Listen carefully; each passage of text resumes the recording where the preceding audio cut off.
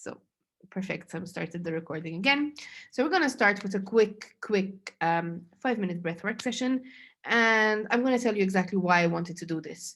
So there was a reason why I got certified as a breathwork facilitator. Breathwork helps us immensely to calm down, and it helps especially with our stress hormones. And stress hormones play a huge part in PCOS, eating disorders, everything, as you know. So today I actually planned a very short one that's more grounding and you can use whenever you're feeling stressed. However, breathwork can be used for a lot of different methods. It can even be used during sexy time to increase your fertility. So I didn't do that here because I thought it was a little bit too much to do with a group.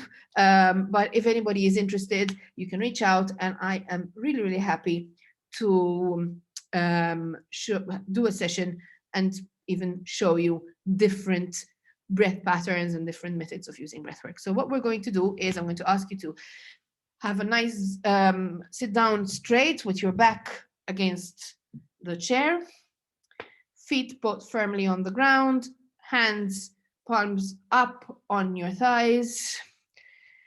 And what we're going to do is a really, really simple breath pattern. It's called the Halo Active. It is in through the nose with intention and out through the mouth with intention. So it goes like a bit like this. And we're going to do that for 1 minute. After we do that, we're going to then hold our breath for 1 minute and we release with a sigh. And I'm actually getting my phone so I can see the timer so that we can measure the time. Every time we do a breathwork session, we choose a mantra. This mantra is what we're going to use throughout the breathing so that it helps us keep grounded. Now, generally, a breathwork session is 1 hour. It's not 2 minutes, what we're doing here. But I'm still going to use the mantra with you here, ladies. And what I want you to do is to find a comfortable position. Put your legs, as we said, firmly on the ground. Hands, palms up. Close your eyes. Your mantra is, I am aligned with my highest and best self. And as you're breathing, I want you to visualize a beam of white light moving from your head to your toes. And as the light is moving down, it's recentering you. So we're going to start. I'm going to put my timer and we're going to take a nice deep breath in. Feel your belly as it rises and exhale with intention. That's it.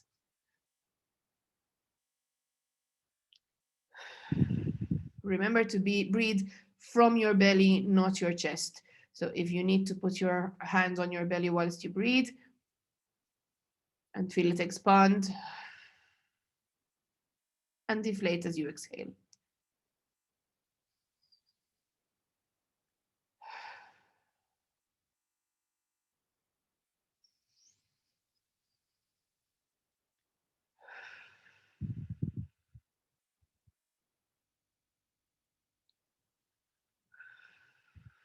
That's it. 5 seconds left.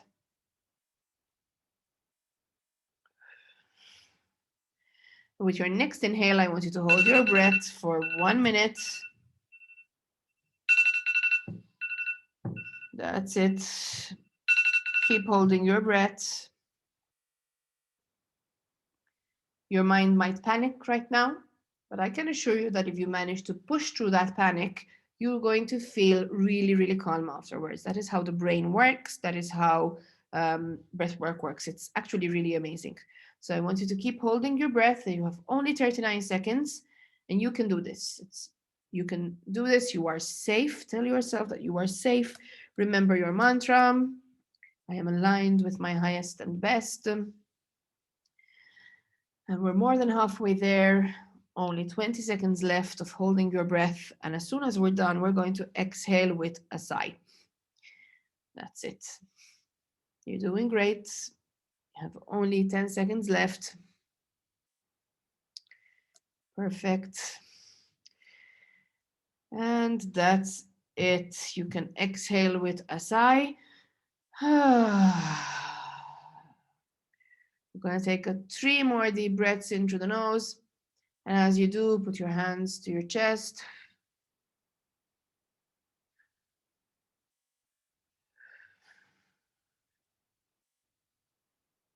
That's it. Perfect. So this was literally an integrative breathwork break. I love doing this throughout the day. It especially helps with balancing out hormones, um, especially cortisol, which is really high in a lot of people, not just women with PCOS, in everyone in this day and age. We are going through a pandemic. It is a stressful time. So our body is on the alert, and we want to get it out of that state, because if we don't, everything else doesn't really work the way that it should. So this short, literally 2-minute breathwork practice is something that you can incorporate into your day, and it will actually do you good. We don't stop and breathe enough. And our body doesn't actually work well if we don't take the time to fill our bloodstream with oxygen the way that we should. Okay, so now I'm going to share my screen with the remainder of the presentation. That's it. Perfect. So we're going to talk about optimizing your fertility through your nutrition and your lifestyle. And we're going to be discussing what changes you could make to your nutrition for fertility, what changes you should make to your lifestyle for fertility, what changes you should make to supplements that you're taking, and what tests you should get done before trying to conceive. Okay, 1 second, it won't allow me to change slides. Okay. So, why do we even talk about fertility when it comes to polycystic ovary syndrome? The primary cause of infertility or subfertility is ovulatory dysfunction. And the most common cause of ovulatory dysfunction is, unfortunately, PCOS. Some risks are higher with PCOS, but in general, whilst you're ovulating regularly, it's fairly easy to get pregnant. So how do you start ovulating regularly? And I'm going to share a little bit of information here, but it's impossible to put it all here. In fact, I actually have a 10-week course, and it's still not enough. Everything that I'm covering in these 2 hours, I don't cover in the course. So that's why the ladies from the course are actually here today as well. Because we want to make sure that you get all the comprehensive information in as much as you can. So let's start with complications. Complications are what I call polycystic ovaries plus. So this is when you have PCOS and another issue. So endometriosis, hypothyroid, advanced age, or multiple loss. With polycystic ovaries alone, there is over a huge success rate, over 80% success rate, if you do get to the root cause of your PCOS. Unfortunately, many doctors jump the gun. PCOS, they don't go through these motions and they go directly to IVF, when you could be saving so much money and so much trouble, because it's a tough process on the body. So we're going to start with nutrition for fertility. And I'm going to start with one general rule. There is no perfect diet. I'm going to share a lot of information, but sometimes it cannot be perfect. Why? I'm celiac, for example. Certain things, whether I like it or not, I can't have them, because my body will eat itself if I eat anything with gluten. So I'm going to be sharing a lot of general information. If you really want specific attention, you can get in touch, but this information is going to help put you on the right track. So first of all, pre-pregnancy is not the time to be on a restricted diet, no matter what anyone tells you. In your first trimester, the baby is going to need loads of micronutrients.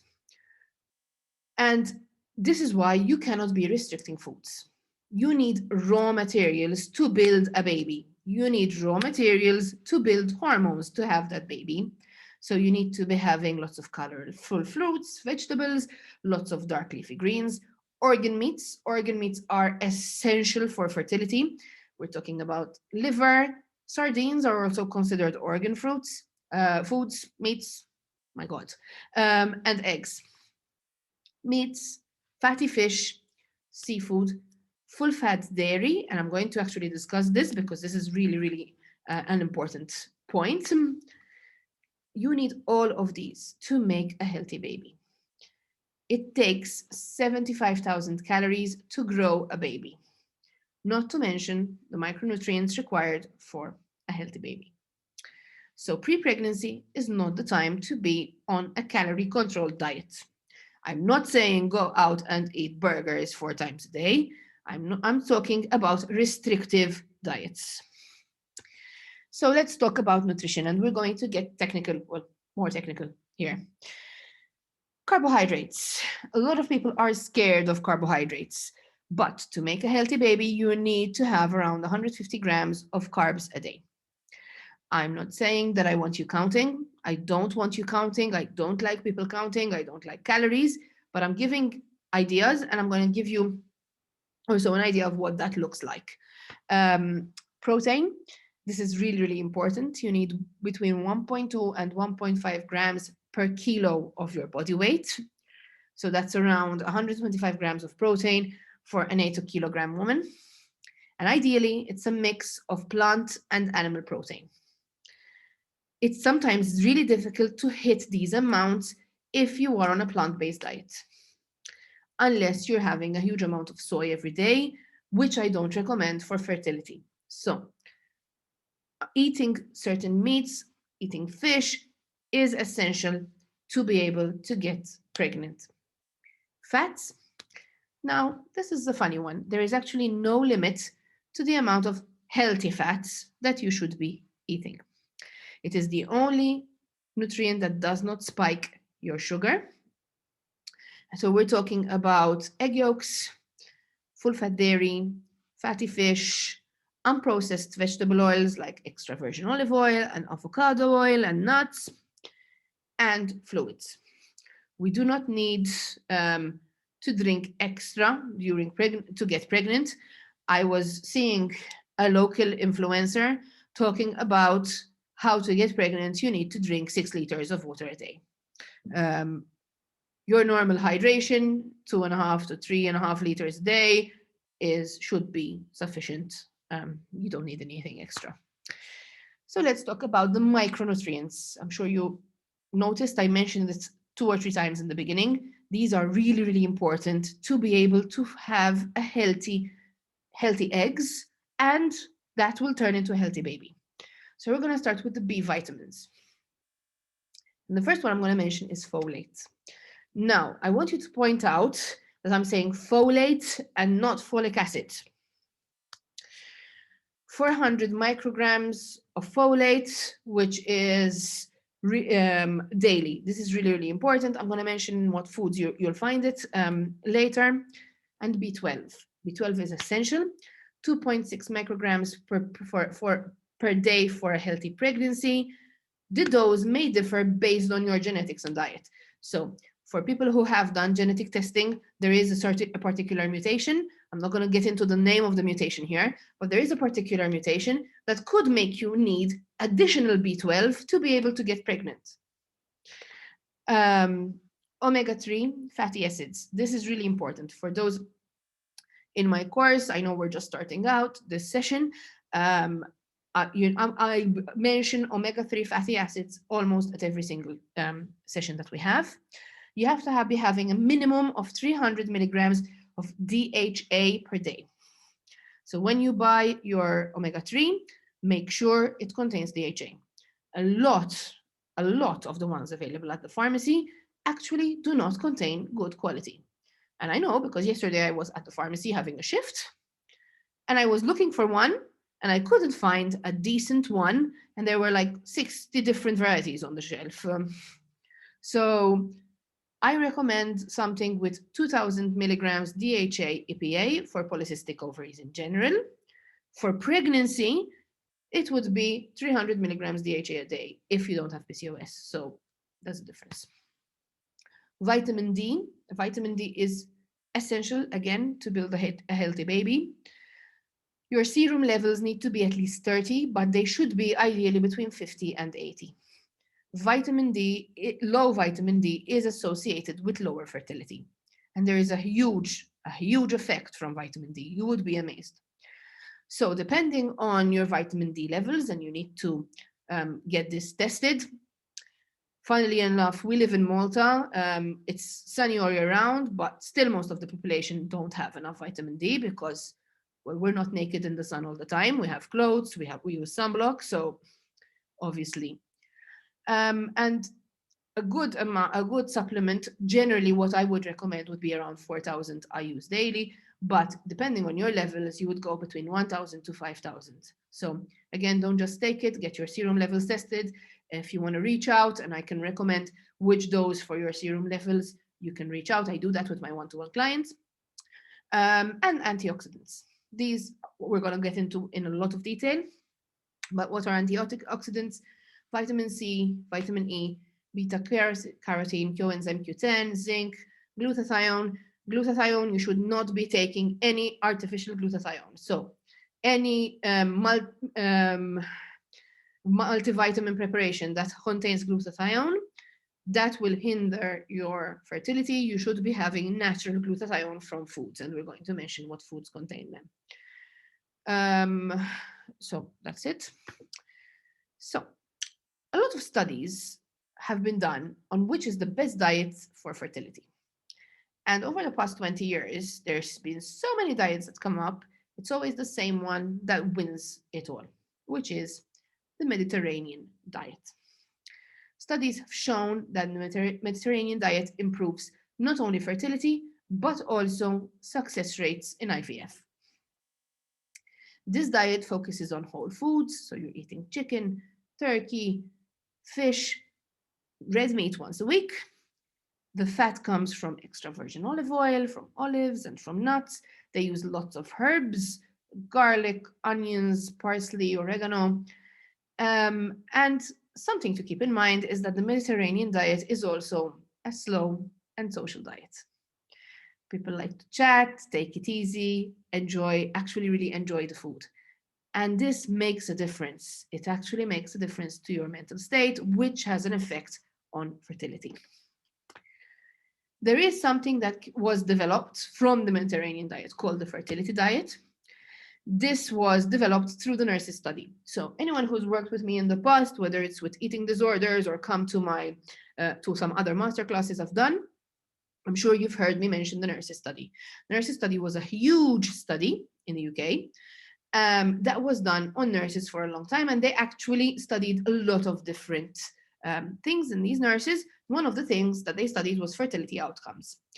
And they did find that if you eat a diet that is low, where you have low glycemic carbs, which are whole grains like brown pasta, lots of beans, lots of legumes, lots of fish, lots of chicken, lots of full fat dairy. This really helped fertility, whereas those that were eating fat-free dairy actually hindered their fertility. And we're going to get into this. I'm mentioning it a lot, so I want you to keep in mind that I'm mentioning this a lot. They also used to have a lot of olive oil. This diet also prioritizes food that are low in pesticides. And this came from a study in Boston called the EARTH study. What was noted is that prioritizing foods that are low in pesticides actually improved fertility outcomes by 62%, which is not a bit. So it's basically the Mediterranean diet, but using low pesticide fruit and vegetables. And this is when they came up with the EWG, Clean 15 and Dirty Dozen lists. You can Google them, but I also have them in this presentation for you. So the Clean 15 list, these are fruit and vegetables that you don't need to buy organic. You can eat them as they are because not a lot of pesticides are used on them. I've confirmed this because those who know, my fiance is specialized in agriculture, so I've confirmed this information. And this is what is on the Clean 15 list: avocados, sweet corn, onions, pineapples, sweet peas, eggplant, asparagus, broccoli, cabbage, kiwi, cauliflower, mushrooms, honeydew melon, and cantaloupe. The dirty dozen. Now, what does this mean? This means that if you're trying to get pregnant and you want to eat these, you need to buy organic, because the amount of pesticides that is used in these can hinder your fertility. And number one, unfortunately for me, because I absolutely love them, is strawberries. But if you're trying to get pregnant, do not buy strawberries that are not organic. Spinach and kale, these are basically greens that are eaten whole. Nectarines, apples, grapes, cherries, peaches, and pears. Bell peppers, celery, and tomatoes. So again, as I was mentioning, these two lists, the Clean 15 and the Dirty Dozen, you can use to, when you're trying to get pregnant, to be sure what you need to buy. There is a over 60% difference in fertility outcomes between using these and not using these.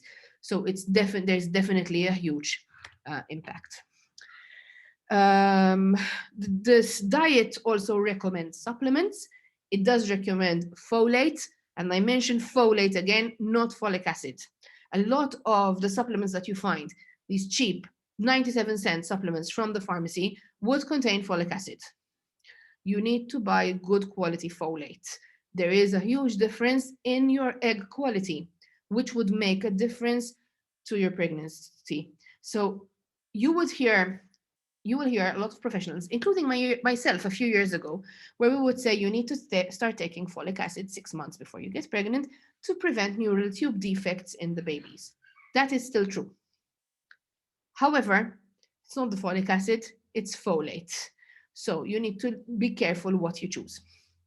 You need to have 15.8 micrograms a day of vitamin B and 4,000 IU a day of vitamin D. So basically, once again, we're coming around to the same nutrients, your egg, the possibility of implantation, it's all dependent on these nutrients.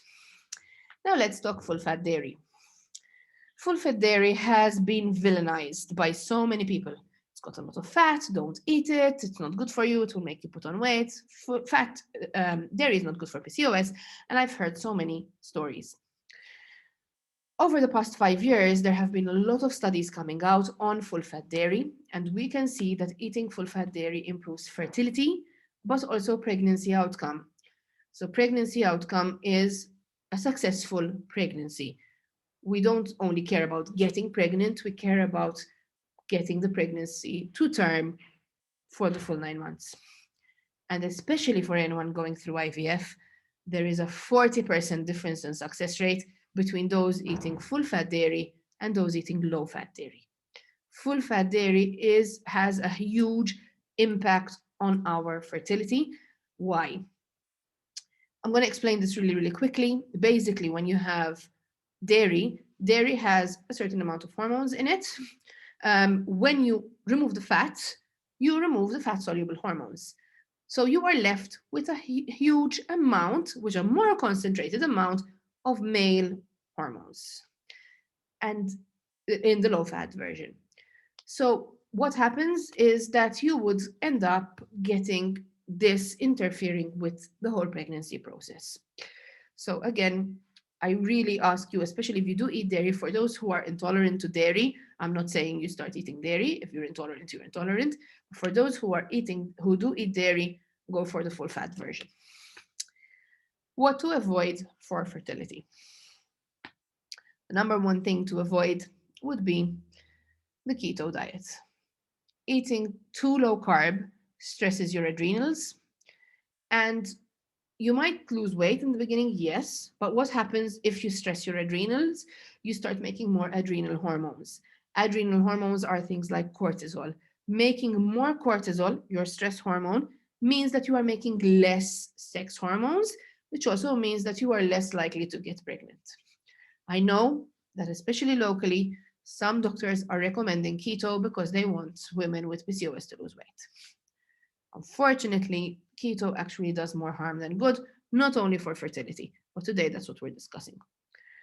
Also, eating low carb actually causes you to produce more cortisol because your body's preferred source of energy is actually carbohydrates. So, since it's forced to use something else, it becomes stressed. Imagine having a machine that prefers to take diesel, but you decide to give it petrol.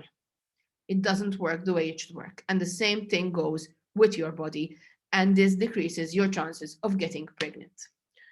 Apart from the fact that it's also low in nutrients, because you're not eating almost any vegetables, it's low in fiber. We need this for a healthy gut, and having an unhealthy gut actually has an impact on our fertility. There are some other foods that I would recommend minimizing, but this is not just for fertility, really. Things like soft drinks, things which are too high in sugars, things which are too processed, those things we try and eat less of. I'm not saying never have them. I'm not one for restrictive diets, but I'm just saying focus on how your body feels. And I'm sure that you won't tell me that your body feels great if you're eating sweets and chocolates all day long and not eating fruit and vegetables instead.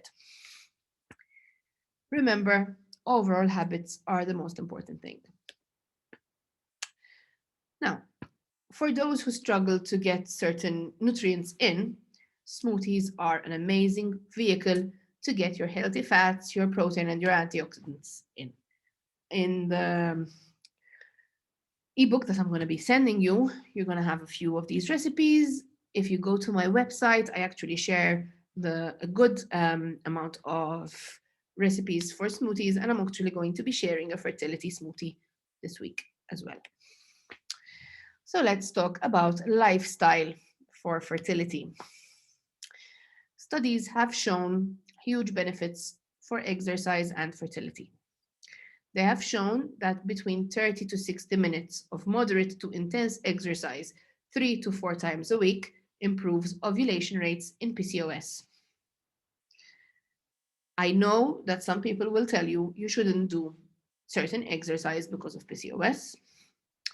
But again, it's not a one size fits all. Everybody is different. So before you decide, you need to see what your PCOS root cause is and whether you want to get um, pregnant or not. For those ladies here who don't have PCOS, because I know there are a couple, the 30 to 60 minutes of moderate to intense exercise will also improve ovulation rates, even in women who don't have PCOS. Also, regular exercise improves fertility outcomes. There have been studies that have shown lower miscarriage rates in women who exercise regularly. Some couples will opt to go for IVF anyway. Once again, it is shown that a diet that favors fertility and exercise improves IVF success rates by 45%. So lifestyle is important no matter what track you decide to take, if you decide to go through the IVF track or the natural track. But with IVF being so expensive, I wouldn't waste any cycles and I would actually start making these changes. Now, there is a sweet spot when it comes to exercise because over-exercising will actually hinder ovulation. And this is where you need to learn to listen to your body. Do what you enjoy. Don't go to the gym and feel like this is a punishment because it won't serve its purpose. If you enjoy dancing, do a dance class. If you enjoy swimming, go swimming. So it's important to also listen to what your body is telling you. And apart from the moderate to intense exercise, certain restorative exercises like yoga and Pilates and like walking are really great for our hormones. Now, on the other hand, for women with hypothalamic amenorrhea, what is hypothalamic amenorrhea? Amenorrhea means we do not get our period. Many times this is just attributed to PCOS, and it actually is not because of PCOS. There is a misdiagnosis. So you don't get your period because of a hormonal issue from your hypothalamus. Hypothalamus is a part in your brain. So if that's the case, we need to test your hormones. We want to make sure that it is not because of hypothalamic amenorrhea, because actually If you do have hypothalamic amenorrhea and you exercise, that will lower your fertility. So I have had clients where I had to ask them to stop exercising for some time. And they did get pregnant, by the way. Studies have shown that sleep quality also has an effect on fertility, on ovulation, and on pregnancy outcomes. Now, women with PCOS have a higher tendency to have sleep disorders, including sleep apnea, insomnia, and narcolepsy. And this irrespective of the weight, because many times sleep apnea is associated with heavier weight, but we see even women with lean PCOS having sleep disorders. Shift work also has a very negative effect on fertility outcomes. Anything that affects your circadian rhythms has an effect on our fertility. So you want to basically align your life with the sun. You want to get up early, have your breakfast, make sure the back of your eyes see 15 minutes of sunlight every morning. This is really important to get your hormones working. For those who are working from home, we are not going outside. Find some time, go in your balcony, go on your roof, go for a walk. The back of your eyes need to see 15 minutes of sunlight for your hormones to start working well. Get active during the day, slow down in the evening. Stop eating in the evening, don't nibble through the night, and minimize your screen time after 5 p.m. And all of this will help improve your natural circadian rhythms, which has a huge effect on your fertility.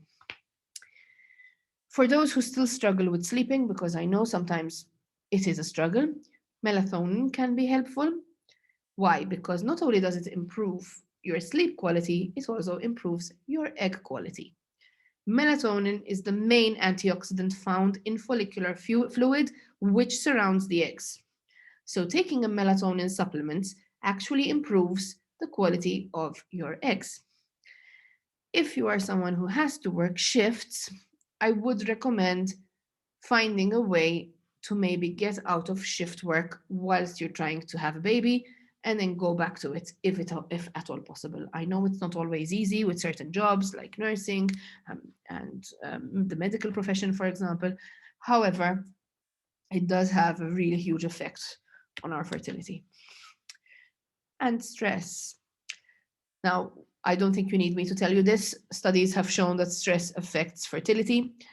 It also affects quality of life in both men and women. When we're making stress hormones, we're not making sex hormones. So if you're stressed, your sex hormones that are required to make a baby are not there. It actually directly influences your chances of getting pregnant. Unfortunately, when it comes to fertility, sometimes this is a double-edged sword because you're stressed because you want to get pregnant, and this works against you, especially if you've already suffered a loss before. So what to do? You need to putting down stress at the top of your agenda.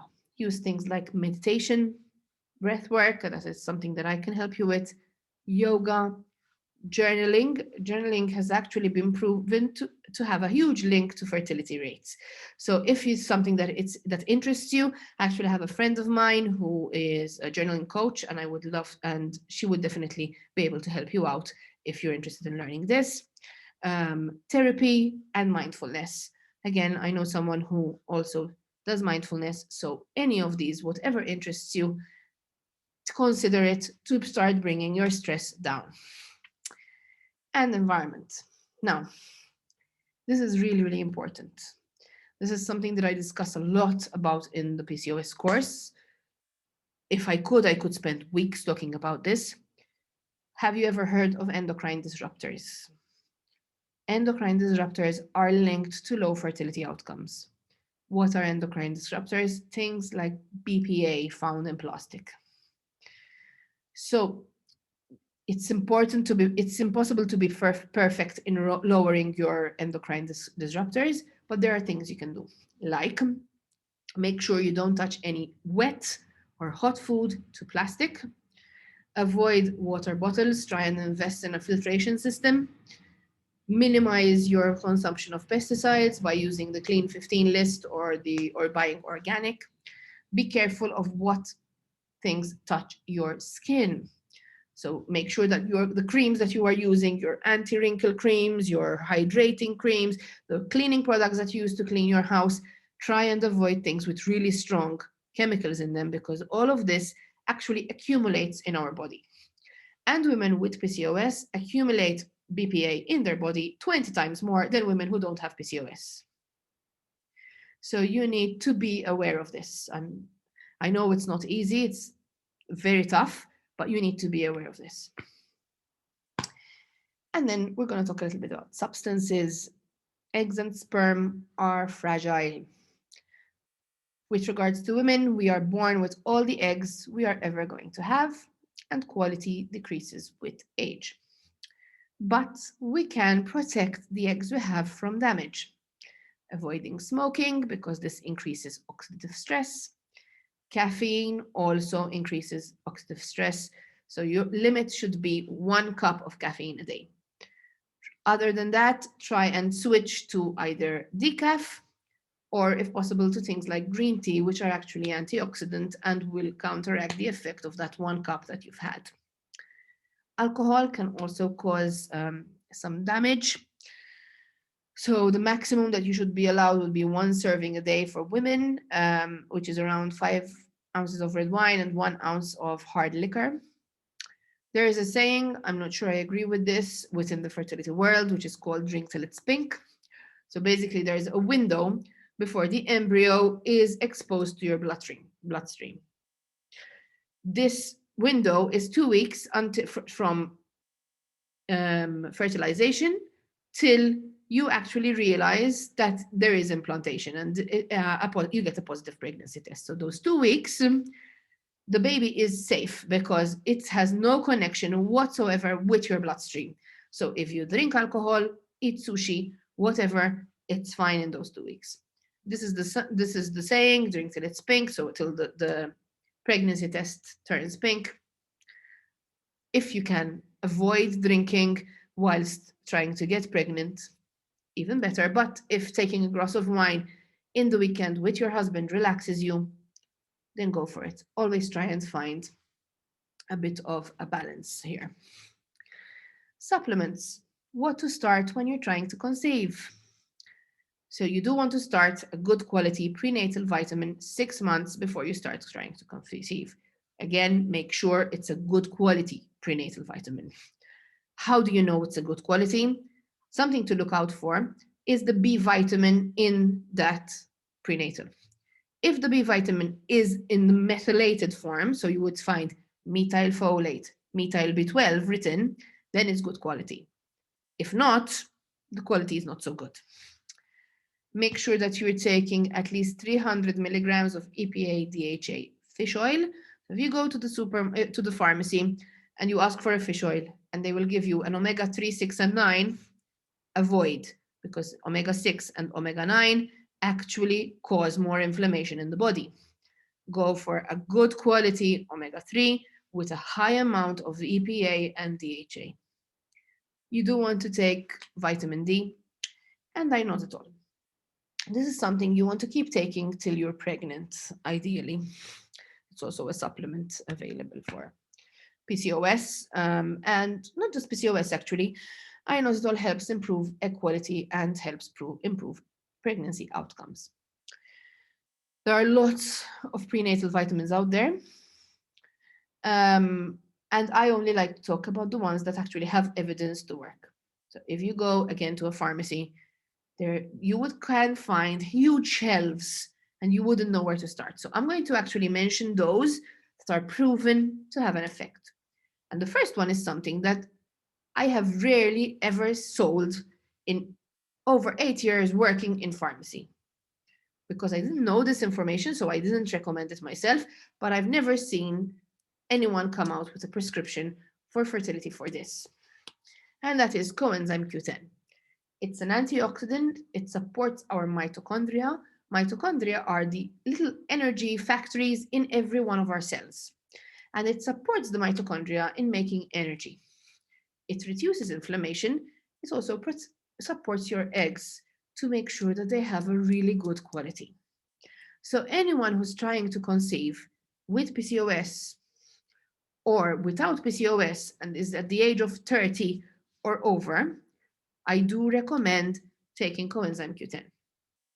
There are many forms of coenzyme Q10 available, so you need to make sure it's either ubiquinol at 100 milligrams a day. I know this is tough information, I know. Or ubiquinone at 300 milligrams per day. You're going to have this presentation. If you have any difficulties, you'll find it all there. Studies have shown that women who take coenzyme Q10 increase their chances of ovulating from 15.5% to 65.9%. This is a huge change. I mean, and it's just a small vitamin that would save you so much heartache. Also, pregnancy rates in women with PCOS taking Clomid. Clomid is a fertility medication that's given quite often. We've seen an increase from 6.5% to 39.9% in efficacy when adding coenzyme Q10 to it. So we don't take these lightly. L-carnitine is another great supplement. The recommended dose for fertility would be 3 grams a day. Unfortunately, you will only find 500 milligrams or 1000 milligrams on the shelf. So you need to take more than 1 tablet a day for it to help with ovulation. However, the improvement in ovulation and pregnancy outcomes is huge. Again, without it would be 17.4% for ovulation. With L-carnitine, you go up to 64.4% chance of ovulating. It's a huge difference. And once again, pregnancy outcomes with Clomid go from 6.5% to 58.5% when taking L-carnitine. Melatonin, I've mentioned this before. This can help with sleep, it improves your egg quality. I do recommend starting 1 milligram a day at bedtime and seeing how you do. You can go up to 3 milligrams, but I wouldn't recommend starting with a high dose. You start with a low because some people wake up sort of hungover when they take melatonin. If you've had a history of skin cancer, melatonin is contraindicated, so please don't take any. Alpha lipoic acid is also shown to improve both ovulation and fertility outcomes when taking 600 milligrams a day. When you do get pregnant, you need to stop anything that is not a nutrient, that is not inositol or a probiotic. Some things that are really dangerous in pregnancy are licorice, and this is found in a lot of herbal teas or sweets. You need to avoid this if you're trying to get pregnant. It can have toxic effects on your fertility. So palmetto, this is again, I've seen, I don't know what they're called, naturopaths, I think, here locally recommend so palmetto. And again, it can actually cause a miscarriage, so be careful. Vitex and peony. Peony is a flower, a really nice flower. I want it for my wedding, actually. But you can find it in these fertility teas. And again, it can actually cause a miscarriage once you're pregnant. So you need to be careful with these, especially in those 2 weeks, you wouldn't be sure you're pregnant yet. Again, once you're pregnant, there is no information about coenzyme Q10, what it can cause to the baby. So once you're pregnant, you ideally stop it because we don't know the effects it has on the fetus. Those 2 weeks shouldn't be a problem, but since we don't have studies, I do recommend that if you do get a positive pregnancy test and you're taking coenzyme Q10, you stop it. Now, DHEA. DHEA is a male hormone. Our body makes it. I've seen recommendations out there for women trying to have babies to take 25 milligrams 3 times a day of DHEA. Now, I do not recommend this because DHEA, again, is a hormone. It's made by your adrenal glands. Most women with PCOS already have a high DHEA. DHEA causes the acne, the hirsutism, the male pattern hair loss, and irritability. So if you take a supplement for this, it's going to make everything worse, and it could also make the pregnancy outcomes worse.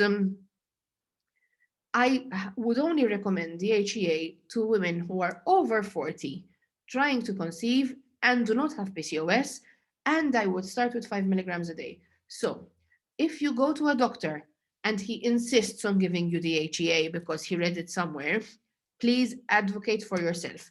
Make sure that you get him to test your own DHEA first before you take this DHEA supplement, because they don't always know best. And I'm a medical practitioner. I'm not saying I know best with everything, but with regards to this, I've done my research, so I know what I'm saying. Testing you should get. There are certain tests you should get before getting pregnant. One of them is your thyroid. You want your TSH below 2.5 for fertility. I've mentioned this before. You want your vitamin D to be between 50 and 80, ideally, but it's important it should be over 30. Then, if you're really struggling, there are tests that can rule out structural problems like blocked tubes, abnormally shaped uterus, things like ultrasounds, injecting dyes. I'm not going to get into the detail with those, but these are tests that your gynecologist can run for you. And then there are the day 3 labs. The day 3 labs are labs that are taken on the third day of your cycle. And they will measure your FSH, LH, FSH ratio, estradiol, prolactin, progesterone, and SHBG. Over here, you have written the ratios that they should be. I just want to point out that women with PCOS will generally have a higher FSH to LH ratio. We've discussed this before, but it's to be expected. AMH. AMH is anti-Mullerian hormone. If you have a low AMH, it doesn't mean you cannot get pregnant. I've had someone talk to me recently on Instagram actually, saying that she can never get pregnant because her AMH is low. AMH means that you have less eggs, and this happens as you grow. If you're 25 and you're 12, of course, at 25 you have less eggs than when you were 12 because you've had X amount of periods. Women with PCOS actually tend to have higher AMH. So this is not an issue for PCOS. But as you do grow older, your FSH goes up, and your AMH goes down. This is a normal thing that will happen. And I don't want you to stress out if you take a blood test and you notice this. It's nothing to stress out about, and you can get pregnant with low AMH. It just means that you need to focus on your egg quality and all of the stuff that I've been sharing to improve your fertility outcomes. Recurrent loss panels, I wasn't sure whether I would do this or not. Unfortunately, miscarriage is something that a lot of women go through, so I decided to mention it. These tests are done when there are 3 or more miscarriages before 20 weeks of pregnancy. Over here, you have a list of things that should be done.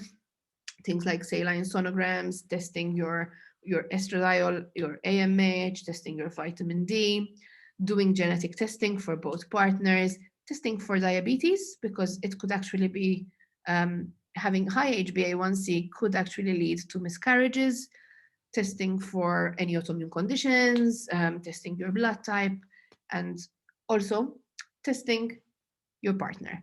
Because just because you have PCOS, it doesn't mean that your partner couldn't have an issue himself as well. So we need to check their semen. We need to make sure that there's a good semen count, the motility is good, the morphology is good. And there's also functional fertility testing that you can do, like a full thyroid panel, not just the TSH and the T4 that they generally do. This would be a full thyroid panel that an endocrinologist can do. And tests for certain nutrients like zinc, selenium, vitamin B, iodine. These are things that you should be testing out if fertility becomes a problem, which means if you've been trying for over 1 year without success. There's genetic testing, adrenal testing, especially for DHEA, and hormone testing for metabolism, and so on. Let's talk about fertility medication and IVF. The main ovulation-inducing medications are Clomid and Letrozole. You've heard me mention Clomid. Now, why am I mentioning Clomid more than Letrozole? because Clomid is generally used mostly in women without PCOS. The thing is this, letrozole actually has 5 times better outcomes for women with PCOS.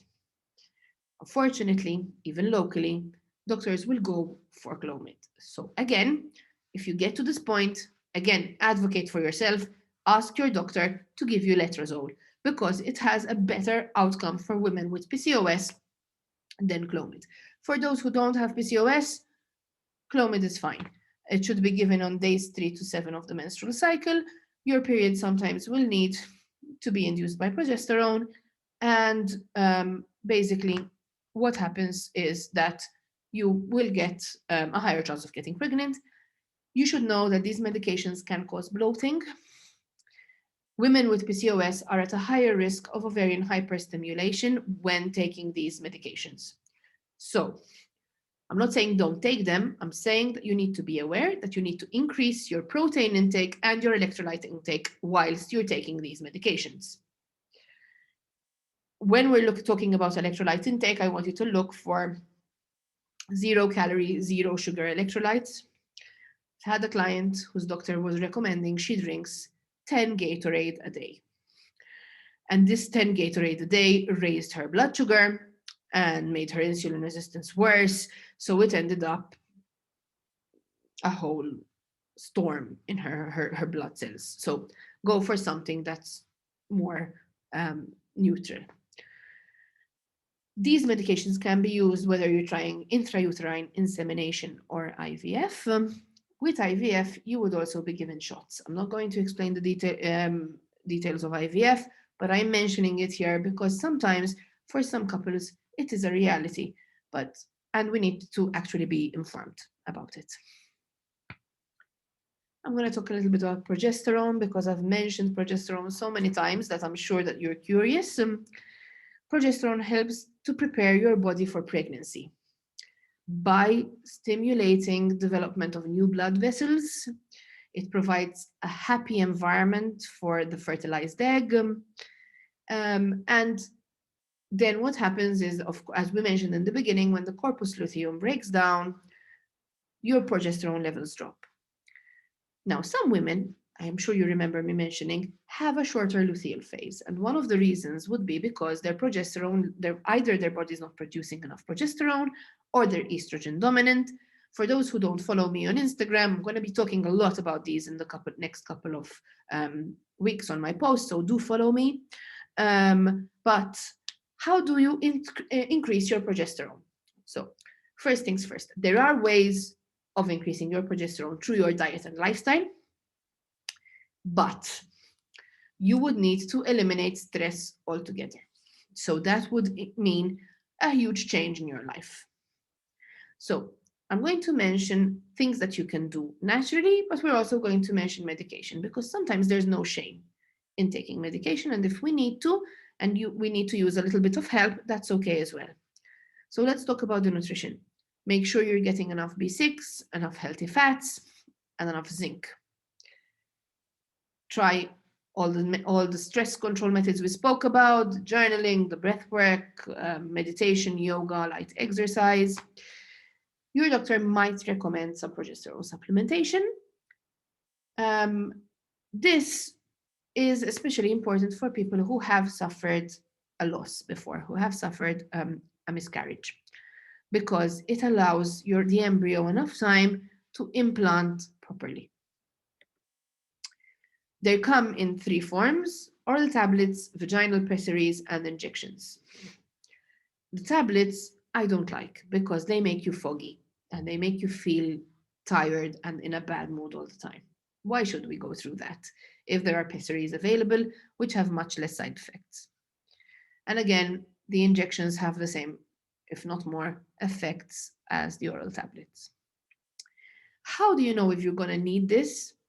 There is one sign I'm going to mention. There are more, but I'm just going to mention one.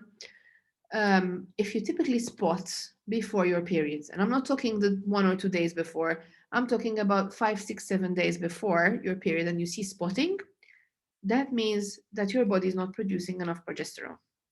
So you might need help in the tablet form, or you might need to consider things that you can do, dietary changes that you can make to improve your progesterone.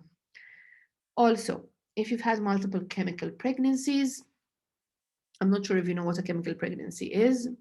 A chemical pregnancy would be a pregnancy test showing it's positive, then getting a blood test, and the blood test will be negative. This happens because we are so stressed that we actually induce sort of phantom pregnancies. So if you've had multiple chemical pregnancies, progesterone supplementation is recommended, as well as multiple losses in the first trimester. For any lady who's trying to conceive over the age of 35, I want to point out, as we've said before, quality and quantity starts declining in our mid-20s. Your AMH, LH, and FSH will give you an idea where you are, so you need to get these tested. As we mentioned before, if your AMH is low, you can still get pregnant. The goal is to protect your eggs. So how do we do that? We do that by taking 8 to 10 servings of different colored fruits and vegetables a day. We eat fish 2 to 3 times a week. We avoid soft drinks. We supplement with all the stuff that I mentioned, coenzyme Q10, alpha lipoic acid, vitamin C, zinc, resveratrol are also good for this. We try and reduce our stress as much as we can. Now, this is a supplement that you can't find in Malta. You can buy it from iHerb or Amazon. This price over here is from iHerb, and they deliver to Malta. And this particular brand, I've actually researched the brand, is an antioxidant superhouse, basically. It tastes like crap, but it does your body a world of good. And it's important for both you and hubby. So if you're trying to get pregnant, you're not alone in this. He needs to take care of his antioxidant levels as well. Speaking of hubby, 1/3 of fertility issues are actually male, because we tend to take it upon ourselves and blame ourselves way too much. 1/3 are both male and female. So if there's a fertility problem, you should get a semen analysis. Sperm is really sensitive, so you need to take care of it. And a high stress lifestyle will affect fertility. Nutrition will affect fertility. So all the stuff that I've been saying about Mediterranean diets and all of that, men should be following it too. It's not just about you. Hot baths, tight shorts, cycling, and keeping their phone in the front pocket. The vibration actually affects the testicles and can affect sperm quality. Smoking, drugs, and alcohol. And you might know that there is an issue from the side of your partner. There's a book called Fueling Male Fertility by Lauren Maneker, which is excellent. I really, really recommend it. Get it, leaf through it, get to the part that interests your man, and read through it together. It has a lot of information.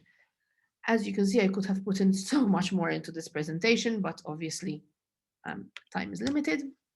I'm going to mention acupuncture.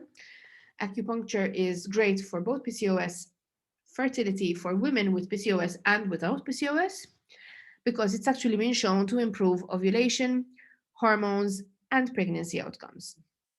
The benefits appear to be greater in combination with fertility treatments. So if you're taking fertility treatments and you do acupuncture, the likelihood that it's going to work is much higher. Unfortunately, not many doctors will mention this to you, but I think it's important for you to know. Other benefits of acupuncture include lowering stress, improving sleep, improving your quality of life.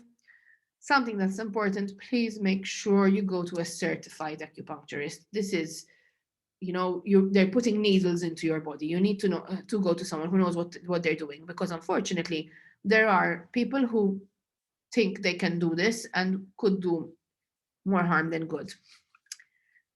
How would you know? Some of them will give you these pre-made blends of herbs, run away like the wind, because someone who's serious will not do that. Typically, going through fertility treatments, you would need to do acupuncture between 1 to 3 times a week. during retrieval and transfer of eggs during IVF, ideally it should be done daily. So, key takeaways of all of this would be eat lots of colorful vegetables and fruits, eat dark leafy greens, add green powder to your smoothies if you're 35, focus on sleep, exercise, restorative movements, stress levels, focus on the supplements that you should be taking before conceiving, and if you need to get testing, now you know what you need to get tested for. However, whether you're trying to conceive now or not, as we said in the beginning, your fertility is an important part of your health. So you need to start eating a balanced diet, a PFF diet, protein, fat, and fiber. So every single plate should contain a degree of protein, fat, and fiber together with lots of fruit and vegetables. Start taking your prenatal, work on stress, sleep, and exercise, and consider fertility testing if you need to. Okay, that's it. I know this was long, and I know there was a lot of information. I'm going to read through. I can see there are some questions, so let me scroll up.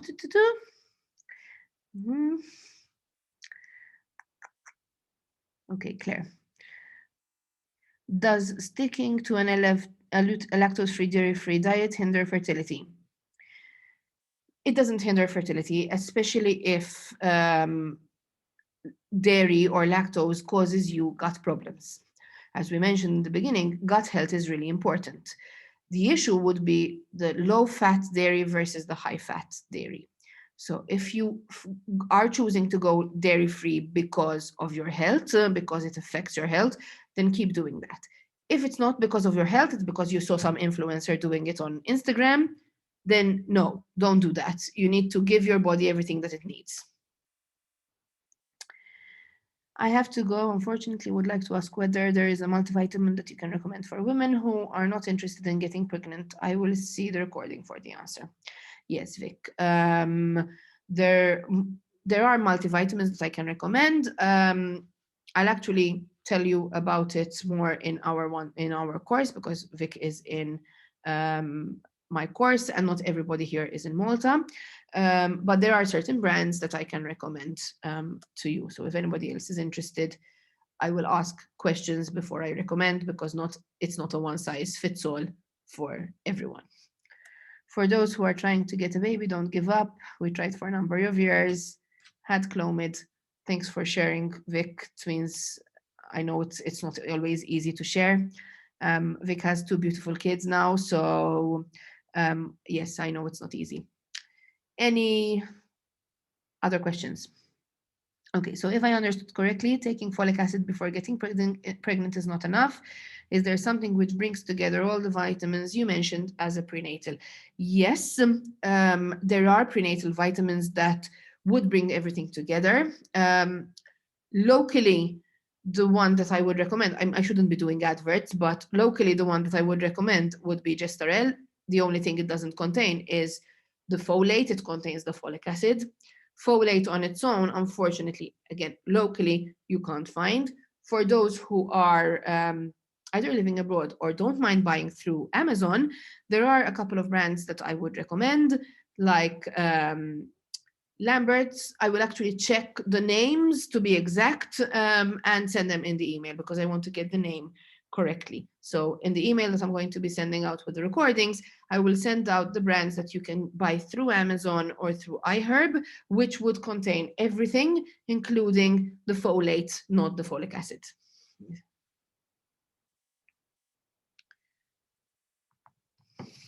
Any other questions? You're welcome.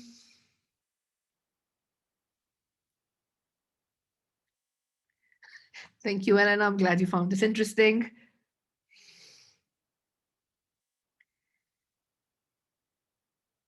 Oh, Vic, you're still here. Thanks. Hi, Mariana. Thank you.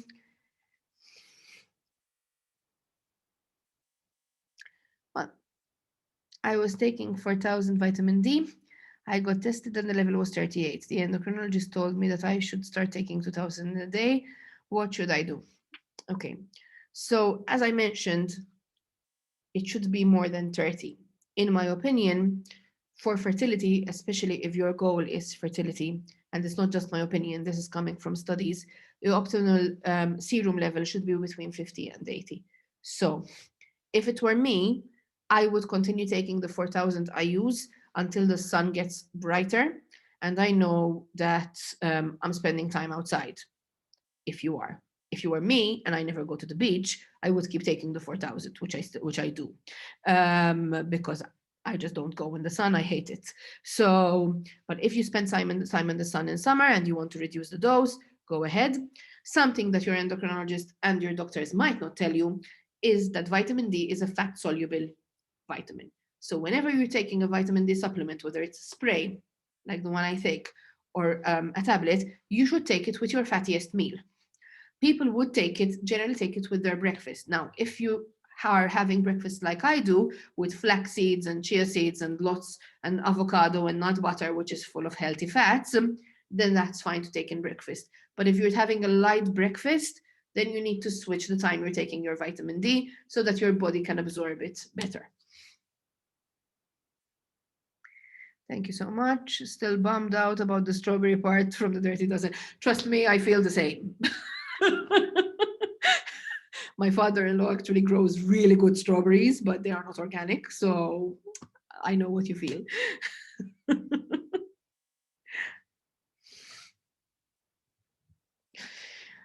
Anything else that you'd like to ask? I'm currently taking Central Multivitamins, which contains vitamin D plus 4,000 vitamin D separately. Am I doing any harm? Probably not, because as I said, our body doesn't absorb the full amount. It's a fat-soluble vitamin. You need to take it with a full fat meal. And even if you do, you still don't absorb the full amount. So probably you're not doing any harm. However, a regular blood test once a year to check your vitamin D levels would be preferable, because we don't want to go into vitamin D toxicity then if you don't have a problem with vitamin D in the first place. You're welcome.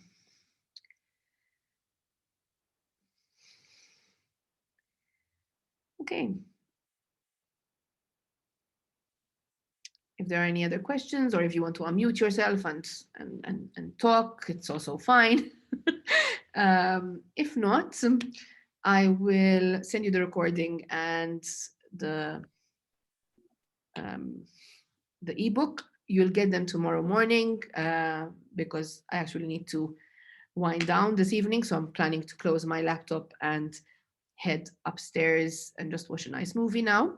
I really hope you enjoyed this and you found this interesting. I would appreciate if you could leave a review about it on my page, because obviously this is part of my work. So it would mean a lot to me and it would help me out. Thanks a lot. I really enjoyed it. I found it very interesting. Thanks for I'm probably gonna go through all the supplements I take just to check that I'm taking the right vitamins. But I found it really interesting. Well done. Thank you. Thanks a lot, Elena. Thank you. Great.